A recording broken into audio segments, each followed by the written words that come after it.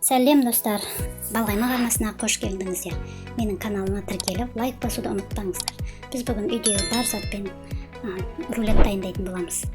Алдымен жұмыртқамызды шекермен салып, аппақ болғанша көпіртіп аламыз.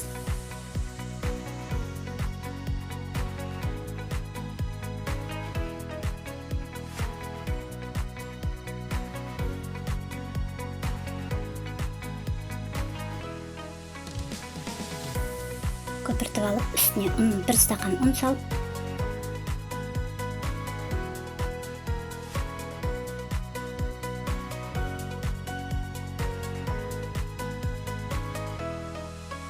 осындай бисквитный корж дайындайтын боламыз. Осы коржымызды противенге салып пісіріп аламыз, беті қызарғанша, және алма мен бананнан күштен өткізіп салма дайындайтын боламыз. Кішкене шекер қосып, 1-2 шай қасық шекер қосып, бетіне салатын боламыз. Бұны енді қатты ыждағаттылықпен істемесеңіз, тестісі қатып кетуі мүмкін. Салмамызды салып, ораймыз. Орап, осындай бізде әдемі рулет дайын болды. Мен бетін шоколадты ертіп, бетіне кішкене жағып шықтым.